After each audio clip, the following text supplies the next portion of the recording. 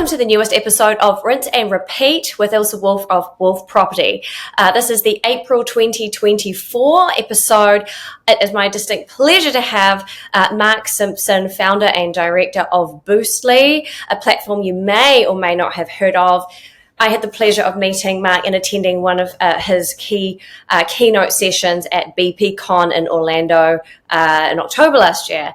And this is actually, in fact, the first time we've been able to have our own first face-to-face discussion, but have had a lot of engagement because his session was one that absolutely blew me away, brought a whole separate sector within property investment and the real estate world to the fore for myself. With an incredible mission. So if you are in the world of short-term rentals or medium-term rentals, often named globally as MTR and STR, Mark has built a team now consisting of 44 employees, I believe, who are collectively helping and on a mission to help 1 million direct 1 million hosts of short-term and medium-term rentals to gather direct bookings and gain independence, as opposed to being perhaps at the potential mercy or control of some of the larger players in the industry. So welcome, Mark. It's really great to have you on this. It's been a long time coming for us to get this conversation happening. I'm really excited. Yeah, no, but thank you very much for having me. It has been a long time coming. It seems like a hot minute since Orlando way back in October last year. Yeah. And so you are based in Yorkshire currently? Yep. Yorkshire, UK. Yeah, been born and bred here, done a bit of traveling in between, but just draws you back, plugs you back in. I did actually do a stint of traveling in New Zealand. I got in one of those wicked camper vans and I drove around for 8 weeks with my best friend around basically all of the North and South Island. So it was a ton of fun. Oh, fantastic. Oh, how good. So that was your equivalent of the OE, where usually we come take over your country. Yeah, that's right. Some of you. We came over. We got hold of this little camper van in Christchurch and then drove it all the way around and up and ended up in Auckland. So it was a good old trip. Oh, perfect. I'm from New Plymouth originally, but I'm currently based in central Auckland. So, Ponsonby, Grey Lynn. There we go. Yeah. Yeah. Well, it was good. It was a lot of fun. Any top memories? What stands out? Got any stories? Skydiving over the glaciers, down the Joseph Glaciers on the South Island. I'll never ever beat that. That was unreal. But it was a lot of fun. The people we met, just it's weird, if there's two British boys, we were rocking up in that camper van and just camping in random places. And one night we camped outside what we thought was like a compound or whatever. It turns out it's this guy's house, and he invited us in.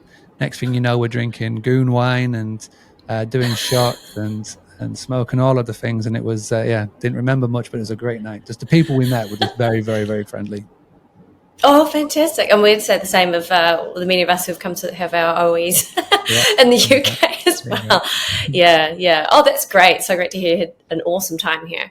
And obviously we met at a real estate conference, the largest in the world, 3,000. It's quite common or familiar to you to be traveling around to some of these events. You've mentioned upcoming conferences, Portugal, Dubai, Nashville, very much focused on the short-term rentals or STR. Would you like to give the viewers and the listeners your summation or how you introduce Boostly, which to many viewers could be quite a new concept? And at least I know, speaking from the New Zealand standpoint, the short-term rental category here is so synonymous with the brand AIRBNB, which you probably hear as you come into some of these smaller markets or speak with investors in these smaller markets. And I think the purpose of this episode is really to enlighten people with the mission you're on, which is making serious traction, $90 million New Zealand dollars in the last 12 months of direct bookings. You and your team have helped investors win as revenue for themselves rather than ship off much of that profit to global entities. So in your words, what's the mission of Boostly? What are you all here for? Yeah, so, I've been in this industry. I'm one of these rare breeds. I was born into hospitality. And whether you are a short-term rental investor, whether you do medium-term, whether you have guest stay for 1 night or 1 month or 2 months, you're in the world of hospitality. And I'm one of these rare breeds. I grew up in a 200-acre farm stay bed and breakfast back in the 80s and the 90s. And my parents turned this 200-acre farm into like a 4-bedroom bed and breakfast, because in the 90s in the UK, there was a foot and mouth crisis happening and loads of farms were going under. And my parents had this foresight to go, let's change this, knock down this barn, rebuild it, put it at 4-bedroom bed and breakfast, and we'll have guests come and stay here. That's like another revenue stream. And it was one of the first in our county to do so. So the first in Yorkshire to do so. Very early mover syndrome. Now, I don't know what it's like current state of play in New Zealand, but you go to any farm in the UK and pretty much they've got some form of accommodation in some way, shape or form, whether it's camping or cottages or something like that. So I grew up with just strangers in the house all the time. I was so used to it. In fact, when I started to go and have play dates at friends' houses as I'm growing up, I was always walking around going, why is it so quiet? There's nobody here. So I'm just so used to every single day having strangers in my house growing up. And I would sort of change beds before school. I would do work at the tea rooms over the weekend to like earn pocket money, serve breakfast, serve evening meal, do all of that sort of stuff. And it was literally my life really. And then as I became a teenager and I'm growing up in this little village, I wanted to do one thing and one thing only, and that was escape. So I wanted to travel the world. I wanted to play football.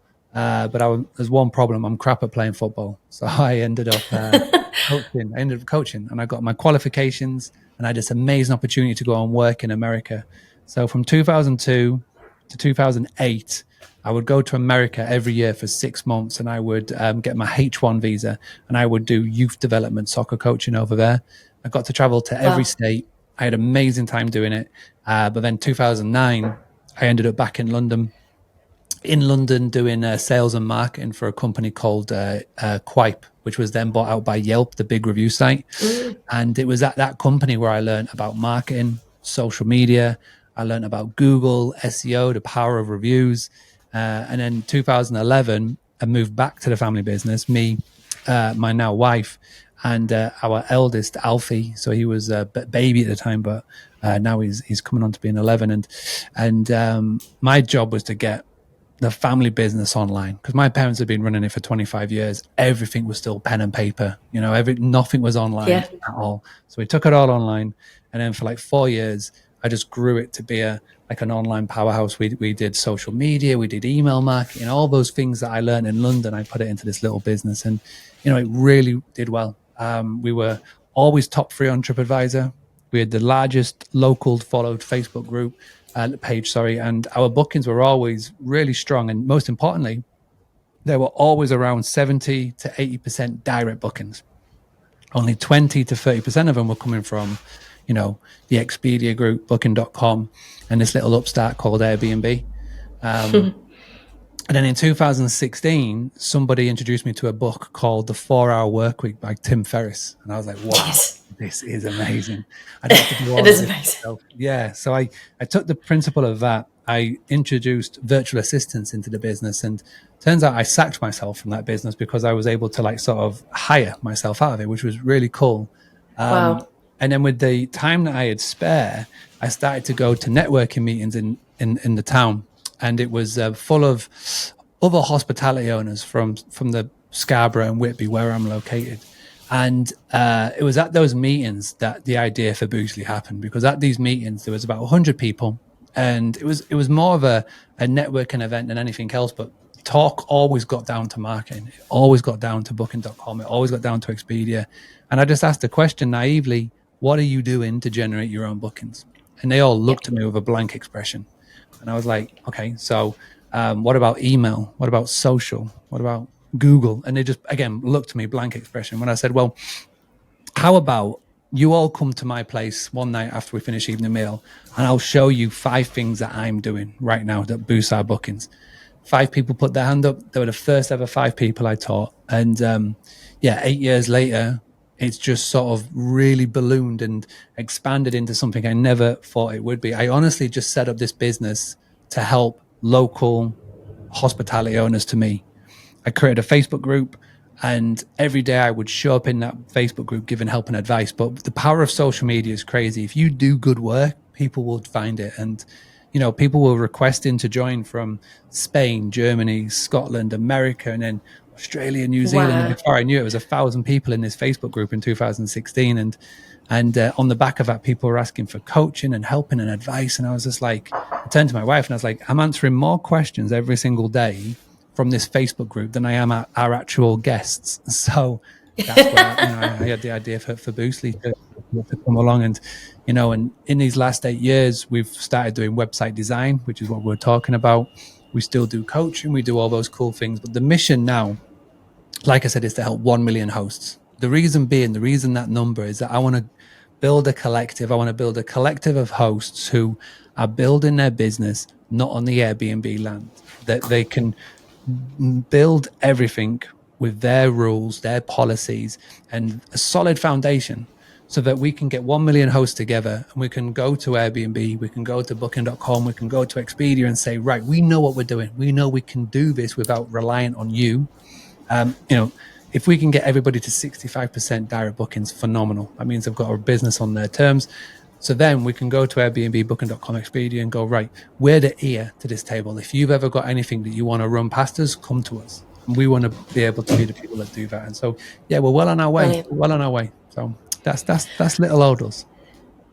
That's powerful. So 2017, right? And now 8 years later, just run us through those top line stats, before we push that record button. I mean, you should be incredibly proud of those global stats that you have in terms of direct bookings, revenue, how many hosts you're directly supporting and building for, etc. Yeah. So in total, we've got over 2,500 clients right now. A couple of years ago, we started to put together these new style of websites that's got API built in. Without getting too geeky, it just basically means that we've got a direct link into the biggest booking engines that are out there. And of that, we've got 422 sites that are now live. And over the last year, we have generated, it's 51 million UK pounds, which I think we roughly sort of converted it to just under 100 million New Zealand dollars in bookings. And yeah, we've got people from all over the world, America, United Kingdom, got a lot of clients in New Zealand, a lot of clients in Australia. So it's amazing to see that the word has spread. And I feel like really now is the prime time for people who are just sort of waking up from this Airbnb bubble and going, you know what? There's more to this than just doing it through one platform. And this is what we're doing. Yeah. So what was it that you were seeing? First of all, it's absolutely incredible because you're really putting the power in the hands of the investors and the people who are looking to take on these risks independently, right, to better their lives. And what you're doing is adding an accent on top of that by helping them reclaim more of the rewards that they should have, right? Would that be fair? Yeah, 100%. I think the main sort of kickback I get to this when I'm talking about direct bookings is a host will come to me or an investor will come to me and go, does that mean I've got to cancel my Airbnb listing? And that couldn't be further from the truth. I'm not saying go cold turkey on Airbnb. I'm not saying delete your booking.com or your Expedia accounts. But what you've got to start doing is make them work for you and not the other way round. And this is the problem. And look, there's no other industry like this, right? That we are in the industry of making memories. And because of that, we are in very high demand. Doesn't matter what season it is, doesn't matter what's going on in the world. This is a very in-demand industry because we are making memories. And there is no other industry that I know that you can start a business on day one, take a couple of pictures on your iPhone, upload it to one or two websites, and be pretty much guaranteed revenue. That's what we get with hospitality with Airbnb, booking.com and Vrbo. Like for me, when I started Boostly, there was no magic website that I could go and list my services on and be guaranteed customers. I had to build a brand. I had to drag people kicking and screaming to become customers of ours. But because it is so easy, it can also become a curse. So when you're starting a business, you're spinning all these plates, right? There's loads of plates that you've got to actually keep spinning at once. And if the marketing one, you can just go, Airbnb will take care of that, then it's absolutely fine. And it's not until that plate stops spinning and Airbnb bookings stop coming in, that is when you feel the pain. And that is when people come to Boostly, because for whatever reason, that plate could stop spinning because maybe you get a couple of bad reviews in a row. Maybe your account gets delisted, hacked, suspended, deleted, whatever you want to call it, or whether it just means that you just stop getting bookings full stop. And I think that is when people mostly come into our world. So we just help prevent that. You know, we go, right, you're going to be on Airbnb, you're going to be on Vrbo, you're going to be booking.com, but we're going to show you and give you all the tools that you could ever possibly need to make sure that your business is built on your land. And if you're a savvy investor and you're going to do it yourself, or maybe you're going to pass it on to a property management company, you know, even if you're not going to do the work, even if you're going to pass it on to a management company, you're going to have to hire the right one. And if you can ask the right questions to this management company, then you know that, you know, your property is going to be in the best possible hands. That's brilliant. So your goal is to help these 1 million hosts capture 65% direct bookings. That's correct. So the optimal goal, or what a host personally should be aiming to achieve, would be using your principles, learning the tools, having all the tech stack, etc., optimizing to get direct bookings. 65% would be coming through those direct bookings. And then what the other 35% would be, an even split, would be the perfect storm of your Expedia, Vrbo, Airbnb, booking.com. Have I got that right?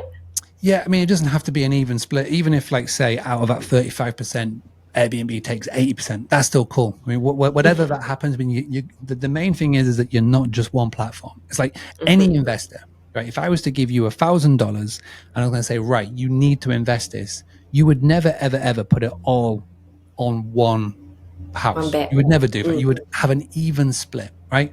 And this is what everybody in the world of hospitality needs to be doing in a case of marketing and revenue split. You need to be making, you've got many multiple streams coming in, because I mean, the ultimate goal for every business is to be able to exit, to be able to sell, to have your payday, right? Have somebody come in and go, you know what, this business is great. Let me take that off your hands and I'll pay you X amount for it. And the businesses that are very solid, the ones that get the most money, are the ones that have got multiple revenue streams coming in. An investor, a smart investor who is looking to buy hospitality businesses, will look at somebody who is 100% Airbnb and will not go with them within a mile, because they know the question they'll ask you is, what happens if the Airbnb revenue stops, right? Which is reflective of any traditional business, right? You've got key customer dependency, right? Well, there's a chap that I was speaking to in America at the back end of last year. He was based out of Texas. He had a property called the Live Oak Lake. He's a guy called Isaac French. He's on Twitter, very big on Twitter, and he's sort of exploded the last 18 months. I was having a conversation with him because we connected, because he bought a copy of the book Direct Playbook way back when it first came out, the first book that I released. And he wanted to chat to me because he read the book and he implemented it into his business, and it had some really good effects, which was great. We finally got around to chatting at the back end of last year, and he said, I've got some news. I've just exited the business for $7 million. Fantastic. Congratulations. He attributed 2 million of that. The company attributed 2 million of that to the fact that he had built a brand and he had a very strong email list. So his Instagram following was huge. He had a big brand, he had a big email list, and a lot of his bookings were nicely spread. So if he'd have just done it himself, number one, he would have got a lot less for it. But because he took the time to build a brand, build an email list, his business was worth way much more, to the tune of $2 million extra. So, you know, there is proof in the pudding. You know, if you are looking to exit, if you all want to grow your company, whatever your model is, and you want to exit, then you need to have a solid foundation of direct bookings behind you. I think what's also interesting, Mark, is that a large portion, this may be something that you know as you do work with some Kiwi investors and really do want to look into some of those interesting case studies you probably share. In New Zealand, 75% of property investors, real estate investors, own one property. So we basically headline these as mum and dad investors. You know, there's a retirement plan in the effect of there's one rental, which is a single property investment, and that is basically the retirement plan. So they don't necessarily have the want or ambition to just continuously build a massive portfolio of short-term rentals or long-term rentals, but that's very much the bulk of the property investment world here. So it may be quite surprising news to a lot of investors hearing this, that there is a business you could sell separate to the property. I guess much in the same regard as you have commercial properties and then a lease on a property.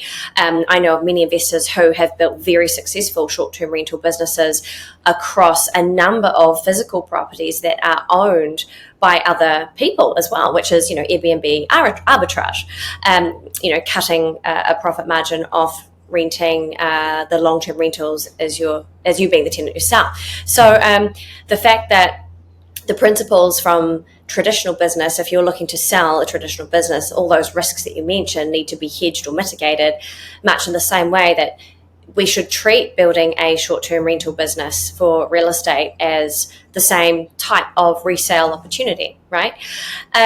So when we were at BBCon, I attended your session. You talked about why should people care about the loss of having that control go to the likes of Expedia, Booking.com, Airbnb.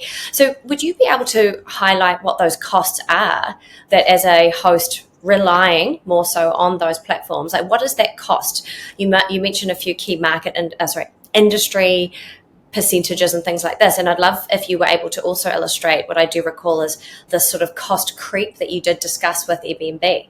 Would you be able to enlighten us with that?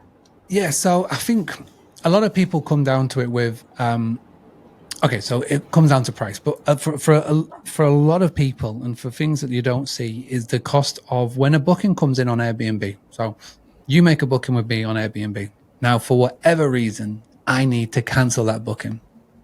Okay, if I come to you and go, right, Lisa, I need to cancel this booking. I cancel it, and then Airbnb are literally looking over this. And what they're going to do is they're going to go, well, you've cancelled this booking. You as the host, you've cancelled this.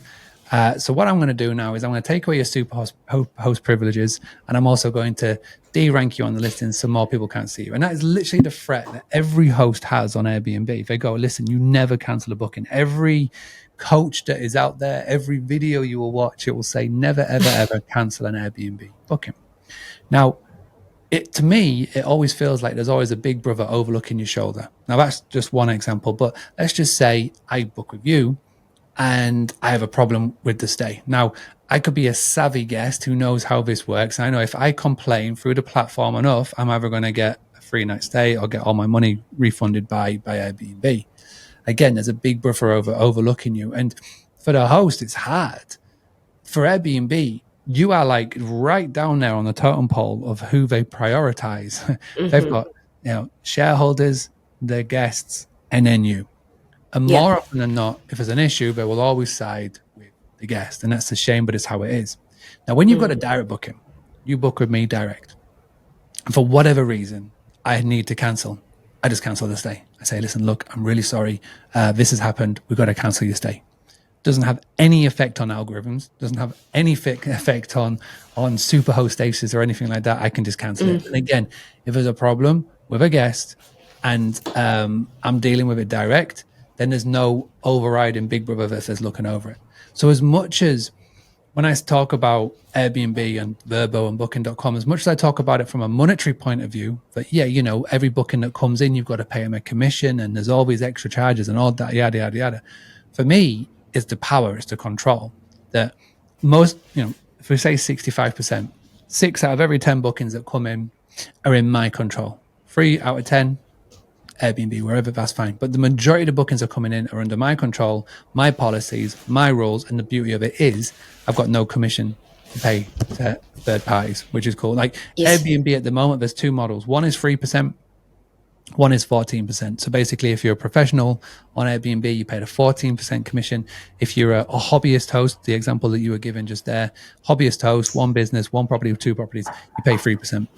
To give you an idea of Booking.com, that starts at 14%, 15%, Expedia, again, 15, 16, 17% per booking. So, the day that Airbnb get rid of that lower percentage, that 3% percentage, and move everybody to the flat rate of 14%, it's when a lot more people are going to wake up and go, right, I can't do this anymore. I can't do this just on the Airbnb land. I've got to go multi-platform. I've got to go get these direct bookings involved. That's a great explanation. And, and of course, for these, you call them hobbyists, our mum and dad investors, the cost of lifting to that 14%, as we can see Airbnb is nudging. It's so high on my awareness radar since I heard you sort of highlight the fact of the little tweaks over the interface over these number of years, discreetly increasing the cost to the host, because in fact, really what they want to be, as you say, is a guest platform, right? They're prioritizing the guest for the best guest experience. It's not a platform for hosts at all. Okay. And in fact, they're removing margin because on top of the 14% potential cost with Airbnb, for example, most mum and dad investors would also be employing professional management. Now, short-term rental management in itself is around 20% plus GST here locally, whereas long-term rental is around 7 or 8% plus GST, our goods and services tax. So it's at least twice the cost. So that, coupled with rising Airbnb host cost, is very much neutralizing a lot of the gain, which was the whole motivation in the first place. So you need to actually hit that rent multiplier of 2.5 to 3 times to at least be better off. Now, with New Zealand, as you know from traveling here, we're massively seasonal. So we have this hot spot of weather between, say, there's probably a little blip over Labour weekend, end of October, that kind of kicks us off into our daylight savings season. But other than that, really it's December through to Easter, around about April. So you're having to absolutely make hay for rental dollars over those months to try and even get close to approaching that 2.5 or 3 time multiplier. So I guess what you're really highlighting is that to make this a sustainable model for especially hobbyist hosts, they need to be hyper aware of these rising costs, or the risk that despite the rhetoric that, hey, you can make more money as a short-term or medium-term rental host, largely that additional margin could be eroded away over time.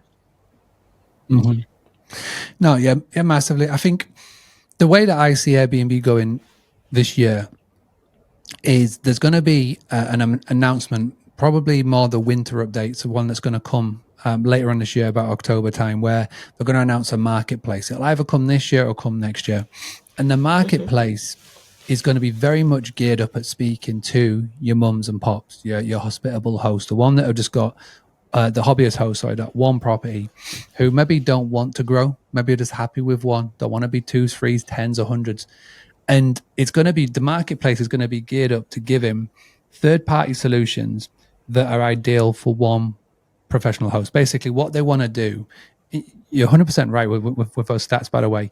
There's 7.2 million listings on Airbnb. And of those 7.2 million listings, 85% of that number is made up of people that have got 1 to 15 properties. And I would say even more than that, there's a really big chunk of that of ones that have just got one. And I think Airbnb are sort of looking at this. And I truly believe they do not like professional operators. I truly believe they do not want to be associated in any way, shape or form with those that have got, 10s, 20, 30, 40, 50, 100 properties. It's the absolute opposite of your Booking.com. Booking.com, for a lot of people don't know this, but Booking.com have got preferred commission rates with Marriott's and Hilton's because they go to them with such big numbers and they can go, right, well, this will be your commission rate. Airbnb, they don't want big numbers. I think they just want to focus on those that are the 1s and 2s, the hobbyist hosts. So this marketplace is going to be geared up to them because they know that hosts or professional business owners are getting savvy. They're getting property management software solutions like your Guesties and your solutions that are the connecting hubs. They don't want the majority of Airbnb go in there. They want to keep it all on the Airbnb platform. So what you're going to start to see is you'll see a marketplace in your Airbnb background, and that marketplace will be able to connect you to like a Turno, like a property management sort of communications tool. It'll connect you to a TouchStay, which is a digital guidebook, but it'll all be done within the Airbnb world, and it will just keep hosts who are hobbyist hosts on the platform. So I feel like what's going to be happening is it become like a nice split. You're going to have ones that are hobbyist hosts, and you're going to have the ones that are professionals. And Airbnb are going to be like, you pay 14%, you're a professional, you'll stay over there. We'll be there to support you, but you're not our core market. Our core market is the majority of people that are sat right here with these 1s properties, 2s properties, etc. And I think that's like big prediction of what's going to be happening this year or definitely in the next sort of 2 years with Airbnb. Wow, that's really interesting. I mean, their motivation to support the mum and dad or the hobbyists is because that would further, those one or two listings that they have, they'll be so tuned into top reviews because they're dependent on the revenue streams from that one or two, further enforcing or affirming, if we have the best guest experience, which serves the Airbnb mandate, then they'll continue to do well, and that improves. It just spins that wheel, doesn't it? Yeah, it keeps everybody in the Airbnb land. It keeps everybody in that Airbnb metaverse, and that's basically what they want, because what they realize is that people are going, "Hey, Airbnb, I want to be able to chat to my new digital guidebook that I've got, my Touchday digital guidebook," and they'll go, "Well, we can't do that. You have to do it from a PMS." So basically, they're sending everybody into the world of the PMSs, and as soon as they go to the PMSs, they go, "Wow, well, now I can know about connecting Stripe, and I've got this thing called a direct booking website, and I can do X, Y, and Z." They don't want that. They want everything to be kept in the Airbnb land, and that's what the marketplace will breed and do. Wow, that's huge. Now, you mentioned something earlier about the losing superhost status. So, why is that such a major concern? So, what is the difference between being a superhost and not? Is it, what benefits as a host? Yeah. Or exclusions? The superhost badge is awarded every 90 days, I believe, and it's judged on reviews, and it's judged on bookings and all those good things. And there's certain criteria to get there. Now, superhost is just very good branding and marketing from the Airbnb team. If you think about it, every 3 months, every 90 days, they send out a little GIF or a little video, a little picture to say, "Congratulations, you're a superhost." The first thing that host does is go and post that on their social media channels. They send that message out to millions of people. It's like 1 in 3 listings are a superhost status or something like that. So basically 1 in 3. If you're in a room of 10, at least 3 of you are going to be superhost, right?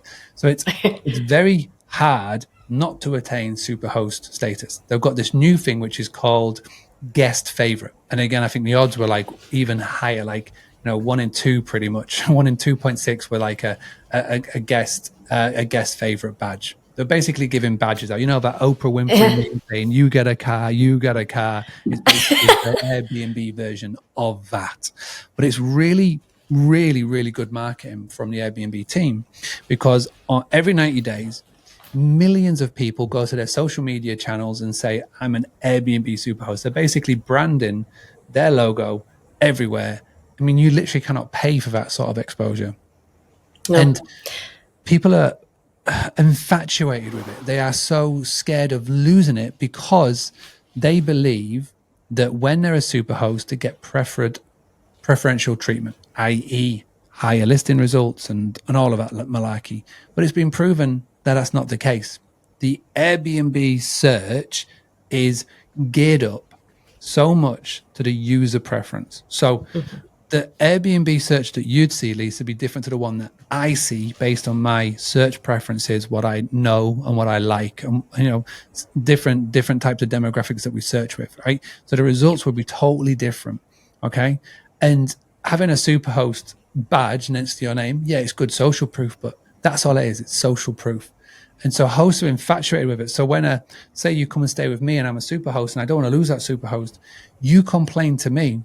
If you're a smart, savvy guest who knows the dark arts of Airbnb, you will know that I will bend to your whim to make sure that you get everything that you want, because I don't want you to go and complain to Airbnb with the threat of them going, "Okay, we'll take away your superhost badge." So that's the power that this superhost badge, this guest favorite badge, is hanging over every single host. Wow. And those ratios are astounding, aren't they? They make you feel so special and unique, but it's the power, and it's literally an outsourced marketing team, all these hosts, right? Basically, like you say, you couldn't pay for that. Exactly. Wow. I'd love to hear, what sort of stories would you share that stand out? I mean, what about in New Zealand? Any examples, Aussie or New Zealand host examples or stories? When these hosts initially come to you, what are the typical issues that they're having? Is it they've lost their superhost badge, or what's the drama? Is it through a drama they realize, "Oh gosh, I've lost something, now I need to retain some control"? Yeah, I think the most of the time that people really come to us is when they have had their pain point.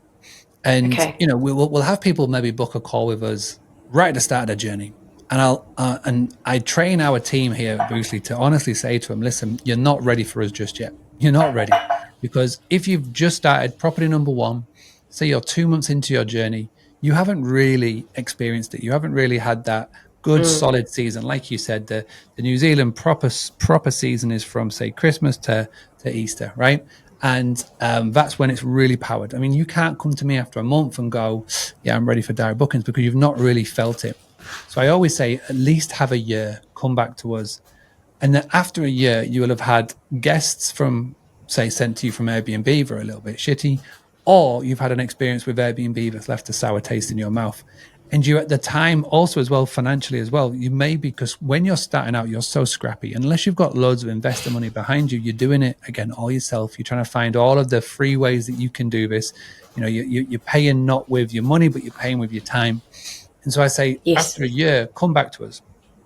You'll have felt the pain. And we often get people come back to us maybe a year or 2 years later, and something's happened. Whether it's they've had a ton of listings that were suspended, could have been an account shut down.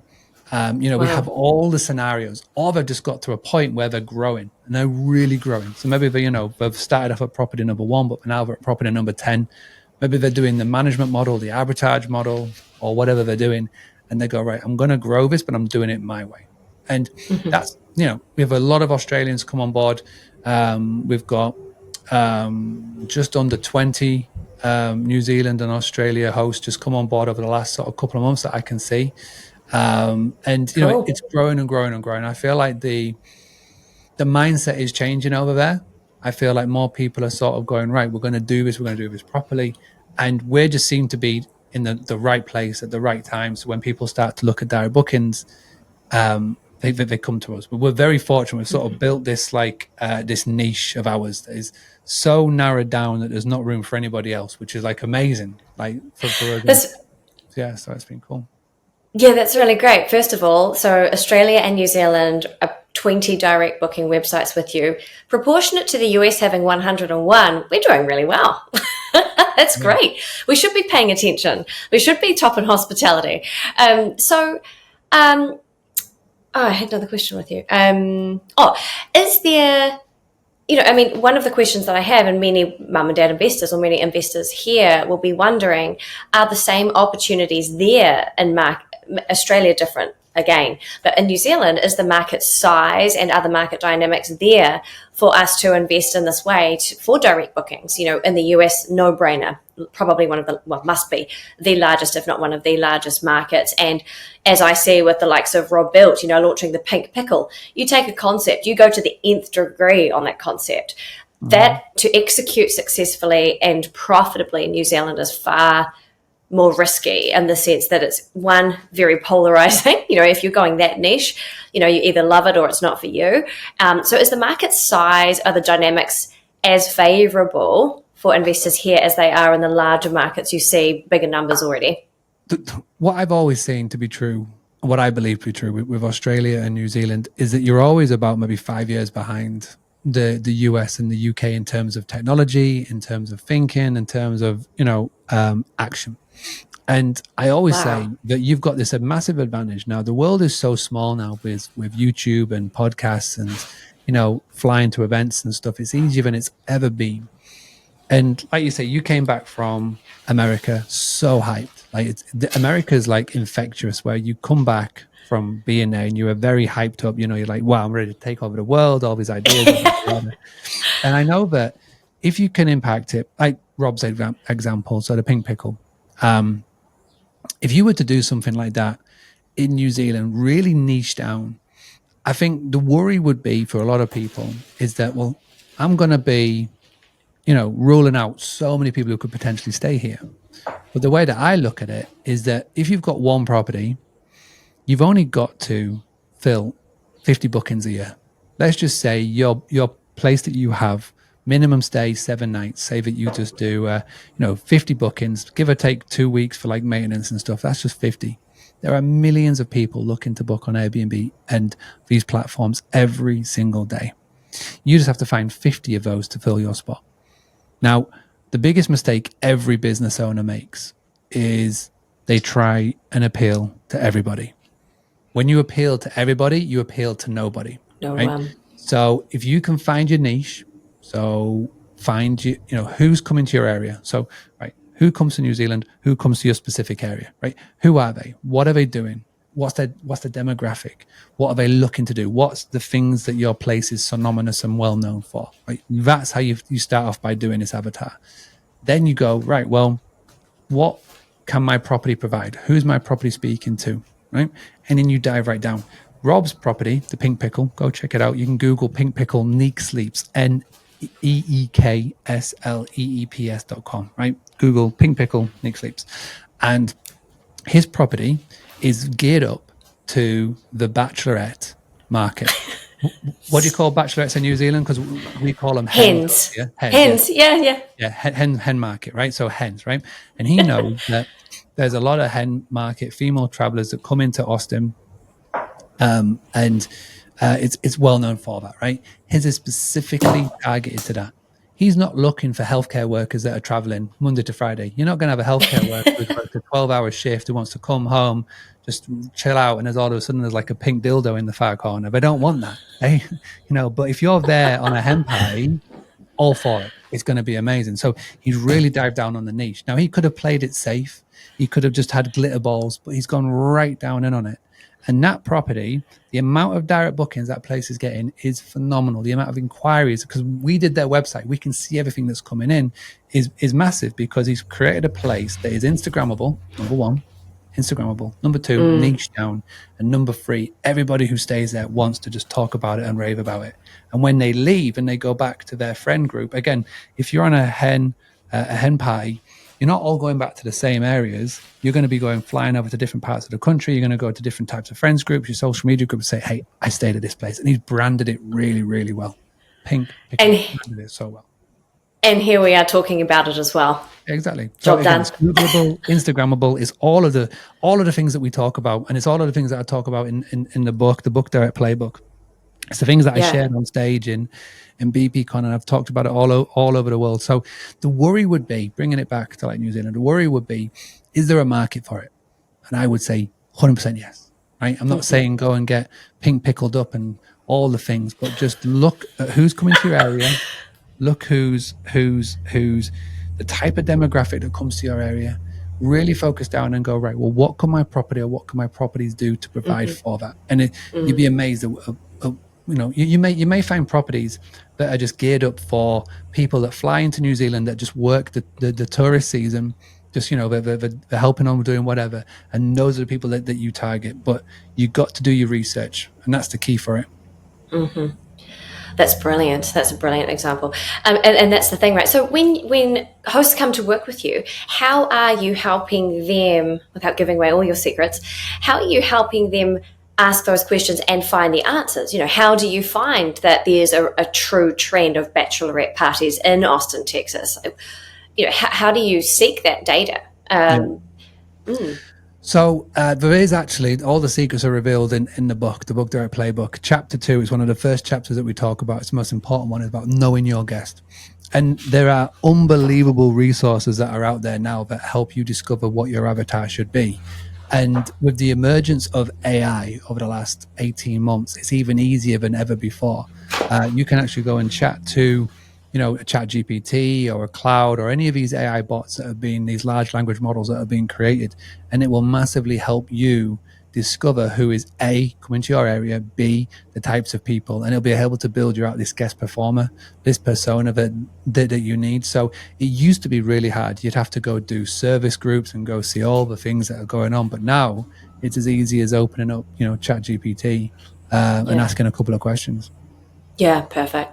That's brilliant. Yeah. And question regarding about hosts who are full-time in short-term rental STR world. Do they outperform hosts that then, based on what we've just been discussing, have 1 foot in and 1 foot out of the game? So I know a lot of investors here, based on the seasonality in New Zealand, they call it changing of the guard. So they'll look at that hot period of October through April is short-term rental season, then fixed term, 6-month, long-term tenant through winter. how do they perform as hosts compared to the all-in hosts? It's a lot easier to consistently keep that tap going than to keep turning it off and turning it on. And different models do different locations do different models. So what you'll find common, we call it the shoulder season over here, is when you've got a tourist property, let's just say coastal location, and then it gets to our winter. So obviously, like that's November through to February. That's when it's our quiet time up here in the Northern Hemisphere. They'll flip their model, maybe not to long-term rent, but we'll do a medium-term model. So where they'll maybe look to apply an appeal to more contractors. Another good example of this is, anywhere with a ski resort, obviously in the winter. So our, November through to February, that's when everything is geared up to a certain type of guest, which is people going skiing, snowboarding, etc. But then in the summer, you change that avatar to somebody who wants to do hiking, etc. So there's always going to be a different demographic to be able to target, a different avatar to target. Those that keep consistently open, however, the ones that have the availability, they will always be the ones that will succeed. And you can always see that. So it's like I say, it's a lot easier to keep that tap running than to turn it off and then to turn it on again. That's a great answer. I was having a good scroll through the Boostly UK Instagram and, having those tips around, you had the carousels around the algorithms. The algorithm likes this, likes that. So definitely go check that out. Some easy wins and tips. One of the topics that you talked through when you did present at BPCon was around your 10 tips for that. So are those tips in your playbook? We could send folks along to see those. Is that the direct, you do the shout out for me? So the book Direct Playbook, let me grab a copy. So there was 2 books that I released in 2022. Number 1 was called, let me just grab this, the book Direct Playbook. So basically it's available on Amazon. It's got 101 tips in it. So basically I took 10 years of tips and I just put it all into this book. And it is created to be like a playbook, like a sports playbook. Like sport has played such a big part of my life. When I was soccer coaching in America, and if I needed to do a certain drill, I wouldn't go get a book and read it from like page 1 to 300. I would go find the specific drill that I wanted to work on, and I'd go and do it like a playbook. So the 10 tips that I did at BPCon, I just basically took 10 from here, and I packaged it up on stage, by throwing sweets and stuff around and doing all those things as well. Yeah. Okay, so 101 tips in that book. That's 10 years of value summarized into a playbook. Fantastic. We'll make sure we have a link for that, and anyone looking for those wins to package up everything you know into a book, that sounds like a fantastic way to start. Next step for research. Less than like $20. So for anybody getting started, for anybody who's looking to grow, I always say, if you're doing under 100K a year in revenue, don't even come to Boostly don't even try and give me any money. I've got plenty of help and advice that will help get you past that 6 figures in revenue every single year. And the book was designed to help with that. So we've got a podcast channel ourselves. We've got a YouTube channel. Those books, if you combine those 3, implement it, you will get past those 6 figures. Once you get past 6 figures, that's when, you're ready to have a conversation with us. Come over to us, have a chat, and we'll show you how we can get you from 6 figures to 7 figures a year. And then once you go past 7 figures, you're well on your way. So you don't even need me anymore. Great. So that's the bridge. That's where your core value is. You help people get to that next level. 7-figure direct booking revenue. All the calls that we've had. Yeah, I reckon from all the calls that we've had over the last year, the ones that it just makes more sense to, the ones that make the most sense to, when they're past that 6 figures a year in annual revenue. Once you're past there, then it just makes sense. And then I will help you get to that next level, that 6 to 7 figures in revenue, basically. That's if you get 65% direct and you continue to grow, you keep implementing the tactics that we show you, you put the tools in place that we give you, you'll be well on your way. Fab. Brilliant. All right. I will make sure we circulate that, get everyone involved who's interested in performing better, short-term rentals, podcast, YouTube, take the free resources, jump on Amazon, grab your book, 101 Playbook Rules and Tips. No, Thank you so much for your time. I know it's extremely late there. Let you get back to sleep. Thank you very much for having me. Really glad that we could get it done. love to get the word out further here across the world, but definitely in New Zealand, so there's a higher awareness for being able to achieve better direct results through short-term rentals as a property investor, real estate investor. Thanks, Mark. Look forward to catching up with you at the next opportunity. Who knows which country it'll be in. Exactly. Thank you very much.